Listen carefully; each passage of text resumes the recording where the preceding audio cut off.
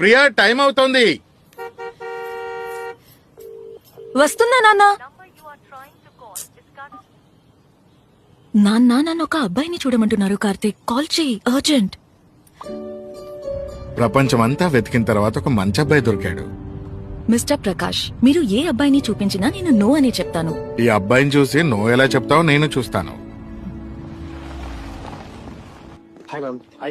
అమ్మా, నేను ఒక నిమిషంలో వస్తా. కార్తీక్ కాల్ పికప్ చేయకపోతే అంతా అయిపోయినట్టే. అంతా అయిపోయినట్టేనా?